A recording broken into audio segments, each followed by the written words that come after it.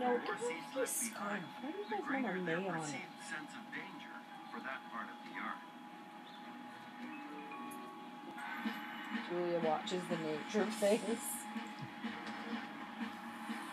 Oh, there's the squirrel again. Professor Brown leaves the suburban land of squirrels behind and heads downtown to meet museum curator Steve Sullivan on a recruiting drive. You're going to see some of the really surprising results. Together, they hope to convince this audience to become citizen scientists and join them on Project Squirrel. The objective of Project Squirrel is to mobilize citizens to contribute to an ongoing squirrel census. There's only 14 questions, and it asks you things like, what is your zip code, and how many squirrels did you see? Project Squirrel has already generated some fascinating insights into how we live with squirrels. Thanks to the citizens who have participated in Project Squirrel, we've been able to document the changes in the squirrel population right here in this neighborhood of Oak Park. We've seen in the last 15 years how it's changed from entirely fox squirrels to now entirely gray squirrels. It's a squirrel, Joe. Chicago is home to two species of squirrels, fox and gray. The main difference is the orange-tinged fur on the fox squirrel. And like rival you get the gangs, squirrel? these two species picture tended of to the line up in the there city too. between them. You get the squirrel? So what caused the graying of this neighborhood? Well, actually things like leash laws, which were enacted about, 10, 15 years ago. Furthermore, pet ownership patterns have changed. People are more likely to keep their cats indoors. People have smaller dogs. They're more inclined to keep those dogs indoors. All of that creates the kind of safe circumstances that allows gray squirrels to outcompete fox squirrels. In the end, the gray squirrels of this neighborhood are a reflection of the people in this neighborhood. But of course, not every Chicago neighborhood has followed the same trend.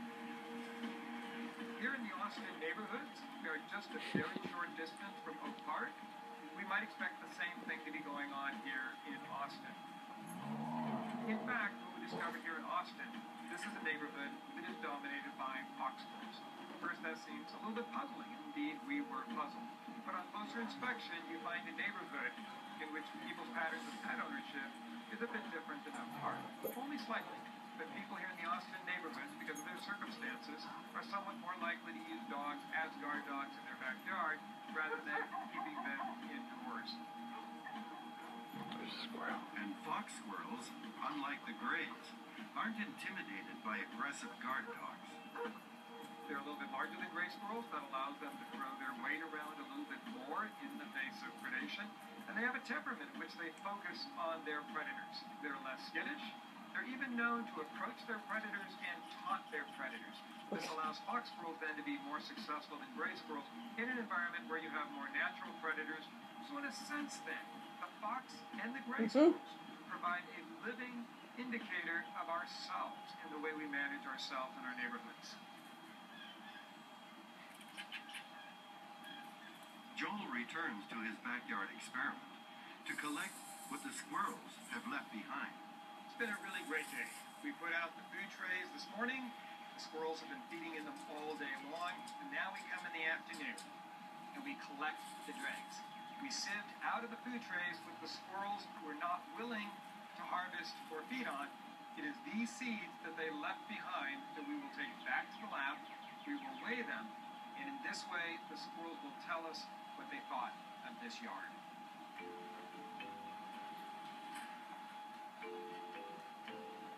Most mornings, Professor Brown has his morning coffee, marks some papers, and spends some quality time with the family pet, squirrel.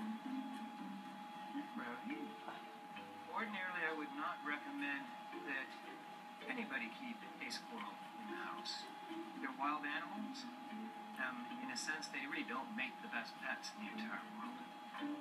You've really got to love squirrels to keep one as a pet. But Rowdy is a special case.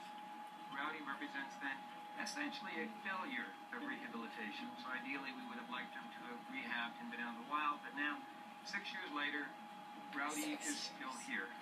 You couldn't release Rowdy. Rowdy likes people, will run up to people. And of course that can be quite terrifying. But he can on occasion bite. species are socially unacceptable. Bugger. Rowdy, just like squirrels in the wild, is a people watcher.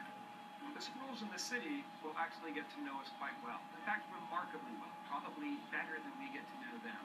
They will learn when we get up in the morning. They will learn when we leave. They will learn which people feed them.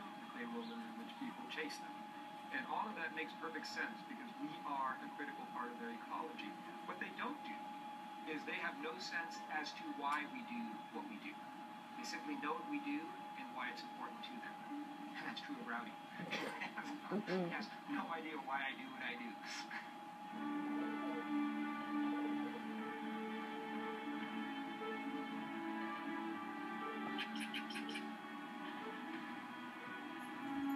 This is what Rowdy has missed out on. Squirrels can transform our parks and backyards into one big open-air circus. They carry on like clowns, perform the death-defying high wire act, and then climb to great heights into the treetops to leap with total A squirrel, abandon Jules. from Look at a branch to squirrel. branch. And all Look at those without squirrels. a safety net.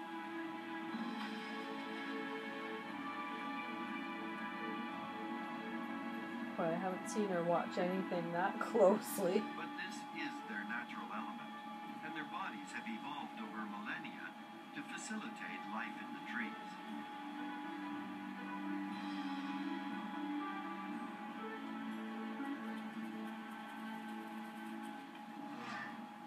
When we see a squirrel running up the side of a tree, it's not. This squirrel is leaping, letting go with Here's a all squirrel, four Joe. paws. Look at the And squirrel. then on landing, sinking What's he its doing? razor-sharp claws into the trunk. The squirrel is in a full gallop up this tree, but it's their hind feet that allow squirrels to really defy gravity. As they move down a tree, their back paws rotate 180 degrees. Their toes are now pointing backwards, giving them greater leverage and holding them fast to the tree trunk as they descend head first. Squirrels are incredibly agile, but how smart are they? Do they really remember where they hide their acorns? No.